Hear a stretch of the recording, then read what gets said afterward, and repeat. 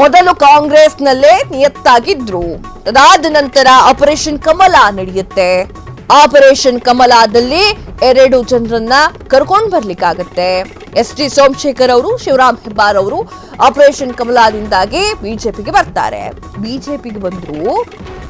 ಬಿಜೆಪಿಗೆ ಬಂದು ಶಾಸಕರಾದ್ರೂ ಕೂಡ ಅವರ ಮೇಲಿರುವಂತಹ ಮೋಹ ಕಡಿಮೆ ಆಗುವುದಿಲ್ಲ. ಕ್ಷಣ ಕ್ಷಣಕ್ಕೂ ಸಿದ್ದರಾಮಯ್ಯ, ಡಿ.ಕೆ. ಶಿವಕುಮಾರ್ ಅವರನ್ನ ಹೊಗಳಲಿಕ್ಕೆ ಶುರು ಮಾಡ್ತಾರೆ. ಎಸ್.ಟಿ. ಸೋಮಶೇಖರ್ ಹಾಗೂ ಶಿವರಾಮ್ ಹೆಬ್ಬಾರ್ ಅವರು ಎಲ್ಲೂ ಕೂಡ ಕಾಂಗ್ರೆಸ್ ಅನ್ನ ತೆಗಳೋದಿಲ್ಲ. ಬಿಜೆಪಿಯಲ್ಲಿದ್ದಂತಹ ವಿಚಾರಗಳನ್ನ ಸ್ಫೋಟಕವಾಗಿ ಹಾಗೂ ಆರಾಮಾಗಿ ಎಲ್ಲಾ ಕಡೆಯಲ್ಲೂ ಮಾತನಾಡ್ತಾರೆ. ಈ ವಿಚಾರಕ್ಕೆ ಮುನ್ಸ್ಕೊಂಡಿರುವಂತಹ ಹೈಕಮಾಂಡ್ ಈಗ ಅವರನ್ನ ಉಚ್ಚಾಟನೆ ಮಾಡಿದೆ.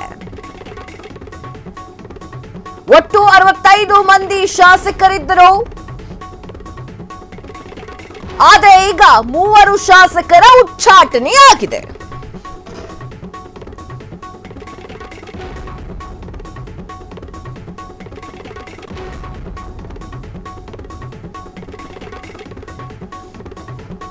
S, 62ಕ್ಕೆ ಕುಸಿದಂಥ BJP ಬಲಾಬಲ.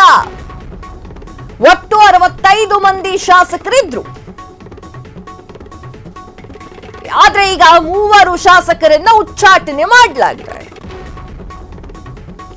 ಈ ಉಚ್ಚಾಟನೆಯಿಂದಾಗಿ ಬಿಜೆಪಿ ಬಲಾಬಲ ಸ್ವಲ್ಪ ಕುಸಿದಂಗಾಗಿದೆ.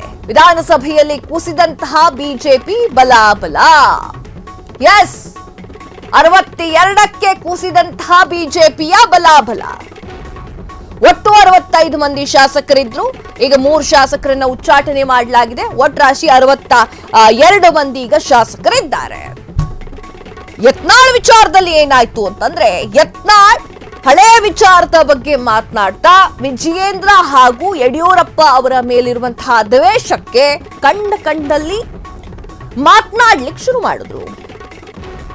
ಅವರ ತಪ್ಪುಗಳನ್ನ ಹೇಳಲಿಕ್ಕೆ ಹೋಗಿ, ಅಂದರೆ ವಿಜಯೇಂದ್ರ ಹಾಗೂ ಯಡಿಯೂರಪ್ಪ ಅವರ ತಪ್ಪುಗಳನ್ನ ಹೇಳಲಿಕ್ಕೆ ಹೋಗಿ ಬಿಜೆಪಿ ಪಕ್ಷದ ಮಾನ ಮರ್ಯಾದೆಯನ್ನ ಇಟ್ಟಿದ್ದಾರೆ ಎನ್ನುವಂತಹ ವಿಚಾರವನ್ನ ಅವರ ಪಕ್ಷದವರೇ ಹೇಳ್ತಾರೆ.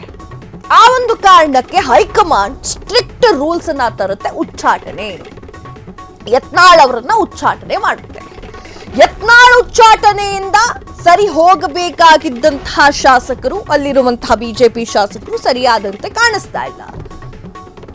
ಎಷ್ಟು ಸಲ ಬಿಜೆಪಿಯ ಬಗ್ಗೆ ಹೊರಗಡೆ ಪಕ್ಷ ವಿರೋಧಿ ಚಟುವಟಿಕೆಗಳು ಬೇಡ, ಬಿಜೆಪಿಯನ್ನ ಯಾವುದೇ ಕಾರಣಕ್ಕೂ ಕೆಳಗಿಳಿಸಿ ಮಾತನಾಡೋದು ಬೇಡ ಅಂತ ಹೇಳಿದ್ರು ಕೂಡ 2 ಶಾಸಕರು ಆ ಕೆಲಸವನ್ನ ಮಾಡ್ತಾ ಇದ್ರು. ಎಸ್.ಟಿ. ಸೋಮಶೇಖರ್ ಅವರು, ಶಿವರಾಮ್ ಹೆಬ್ಬಾರ್ ಅವರು ಅವರನ್ನ ಆಪರೇಷನ್ ಕಮಲದಿಂದ ಕಾಂಗ್ರೆಸ್ನಲ್ಲಿದ್ದವರನ್ನ ಬಿಜೆಪಿಗೆ ತಂದಿರ್ತಾರೆ. ಅವರು ಶಾಸಕರು ಕೂಡ ಆಗ್ತಾರೆ. ಆದರೆ ಯಾವುದೇ ಕಾರಣಕ್ಕೂ ಕಾಂಗ್ರೆಸ್ ವಿರೋಧವಾಗಿ ಮಾತನಾಡುವುದಿಲ್ಲ. ಸಿದ್ದರಾಮಯ್ಯ, ಡಿ.ಕೆ. ಶಿವಕುಮಾರ್ ಅವರನ್ನ ಹೊಗಳೇ ಮಾತಾಡ್ತಾರೆ, ಬಿಜೆಪಿಗರನ್ನ ತೆಗಳೇ ಮಾತಾಡ್ತಾರೆ. ಈ ನಿಟ್ಟಿನಲ್ಲಿ ಮತ್ತೆ ಹೈಕಮಾಂಡ್ ಅವ್ರಿಗೆ ಹೇಳುತ್ತೆ, ಬೇಡ ಹಂಗ್ ಮಾತಾಡಬೇಡಿ, ಪಕ್ಷ ವಿರೋಧಿ ಚಟುವಟಿಕೆಗಳನ್ನ ಮಾಡುವ ಹಾಗೆ ಇಲ್ಲ. ಆದ್ರೂ ಸುಮ್ಮನಾಗುತ್ತಿಲ್ಲ. ಈಗ ಎಲ್ಲಿಗೆ ಬಂದಿದೆ? ಈಗ ಉಚ್ಚಾಟನೆಯಾಗಿದ್ದಾರೆ. ಈ ಉಚ್ಚಾಟನೆಯಿಂದ ಬಿಜೆಪಿಯ ಬಲಾಬಲ ಕುಸಿದಿದೆ. ವಿಧಾನಸಭೆಯಲ್ಲಿ ಬಲಾಬಲ ಕುಸಿದಿದೆ. ಶಿವರಾಮ್ ಹೆಬ್ಬಾರ್, ಎಸ್.ಟಿ. ಸೋಮಶೇಖರ್ ಮೊದಲು ಕೂಡ ಕಾಂಗ್ರೆಸ್ನಲ್ಲಿ ಇದ್ದಂತವರು, ಯಾವುದೋ ಸ್ವಲ್ಪ ಮುನಿಸಿಗಾಗಿ ಆಪರೇಷನ್ ಕಮಲ ಮಾಡಿದಾಗ ಬಿಜೆಪಿಗೆ ಬಂದು ಸೇರ್ಪಡೆಯಾದಂತವರು ಈಗ ಮತ್ತೆ ಕಾಂಗ್ರೆಸ್ಗೆ ಸೇರುವಂತಹ ಎಲ್ಲಾ ಸಾಧ್ಯತೆಗಳು ಕಂಡು ಬರ್ತಾ ಇದೆ. ಬಿಜೆಪಿಯಿಂದ 3 ಶಾಸಕರ ಉಚ್ಚಾಟನೆ. ಬಸನಗೌಡ ಪಾಟೀಲ್ ಯತ್ನಾಳ್, ಶಿವರಾಮ್ ಹೆಬ್ಬಾರ್, ಎಸ್.ಟಿ. ಸೋಮಶೇಖರ್ ಈ 3 ಉಚ್ಚಾಟನೆ ಆಗಿರುವ ಕಾರಣ ಉಪಚುನಾವಣೆ ಅನಿವಾರ್ಯ. ಮತ್ತೆ ಕರ್ನಾಟಕದಲ್ಲಿ ಉಪಚುನಾವಣೆ ಫಿಕ್ಸ್.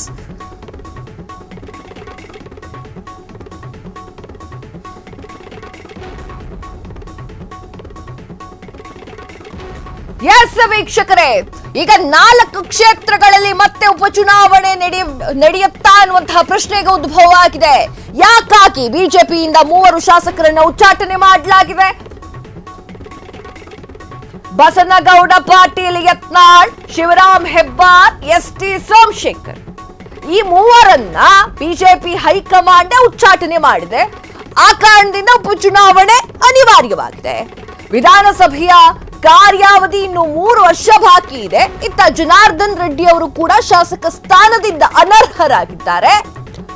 ಈ ಮೂಲಕ ಕರ್ನಾಟಕದಲ್ಲಿ 4 ವಿಧಾನಸಭಾ ಕ್ಷೇತ್ರಗಳಿಗೆ ಉಪಚುನಾವಣೆ ಎನ್ನುವಂತಹ ಸುದ್ದಿ ಈಗ ಬಹಿರಂಗವಾಗ್ತಾ ಇದೆ. ಆಯ್ತಲ್ಲ, ಮತ್ತೆ ಉಪಚುನಾವಣೆ ಬಂತು. ಶತಾಯಗತಾಯ ಬಿಜೆಪಿಯವರು ತಮ್ಮ ಏನಿದೆ ಆ ಒಂದು ಕ್ಷೇತ್ರವನ್ನ ಉಳಿಸಿಕೊಳ್ಳಲಿಕ್ಕೆ ಶತಾಯಗತಾಯ ಪ್ರಯತ್ನ ಮಾಡ್ತಾರೆ. ಹಾಗೆ ಈಗ ಕ್ಷೇತ್ರದಲ್ಲಿ ಗೆದ್ದವರಿದ್ದಾರಲ್ಲ, ಯಲ್ಲಾಪುರ ಕ್ಷೇತ್ರ, ಈ ಒಂದು ಕ್ಷೇತ್ರ ಗಂಗಾವತಿ ಕ್ಷೇತ್ರ, ಈ ಕ್ಷೇತ್ರಗಳಲ್ಲಿ ಗೆದ್ದಂತವರು ಅಲ್ಲೇ ನಿಲ್ಕೊಳ್ತಾರೆ. ಮತ್ತೆ ತಾನೂ ಗೆಲ್ಲಬಹುದು ಎನ್ನುವಂತ ಇಚ್ಛೆಯಿಂದ ಕಾಂಗ್ರೆಸ್ಸಿಗೆ ಹೋಗಿ ನಿಂತ್ಕೊಂಡ್ರು, ಇಲ್ಲ ಪಕ್ಷೇತರವಾಗಿ ನಿಂತ್ಕೊಂಡ್ರು, ಎಲ್ಲ ಅನುಮಾನಗಳಿಗೆ ಬರ್ತಾ ಇದೆ. ಮತ್ತೆ ಉಪಚುನಾವಣೆ ಆದ್ರೆ ಅವರ ಕ್ಷೇತ್ರವನ್ನ ಅವರು ಬಿಟ್ಕೊಡ್ಲಿಕ್ಕೆ ರೆಡಿ ಇರೋದಿಲ್ಲ. ತಾನು ಅಥವಾ ತನ್ನ ಸಂಬಂಧಿಕರನ್ನ ಅಲ್ಲಿ ನಿಲ್ಲಿಸ್ತಾರೆ.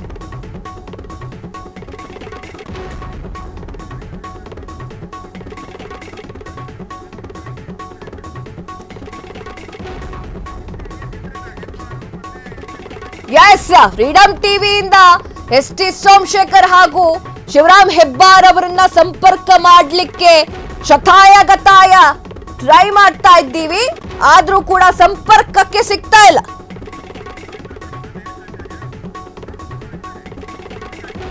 ಎಸ್, ಕ್ಷಣ ಕ್ಷಣದ ಸುದ್ದಿಗಳಿಗಾಗಿ ಫ್ರೀಡಂ ಟಿವಿ ಸಬ್ಸ್ಕ್ರೈಬ್ ಮಾಡಿ, ಲೈಕ್ ಮಾಡಿ ಹಾಗೂ ಫಾಲೋ ಮಾಡಿ. ಹೊಸ ಸುದ್ದಿಗಳ ನೋಟಿಫಿಕೇಶನ್ಗಾಗಿ ಬೆಲ್ ಐಕಾನ್ ಮೇಲೆ ಕ್ಲಿಕ್ ಮಾಡಿ.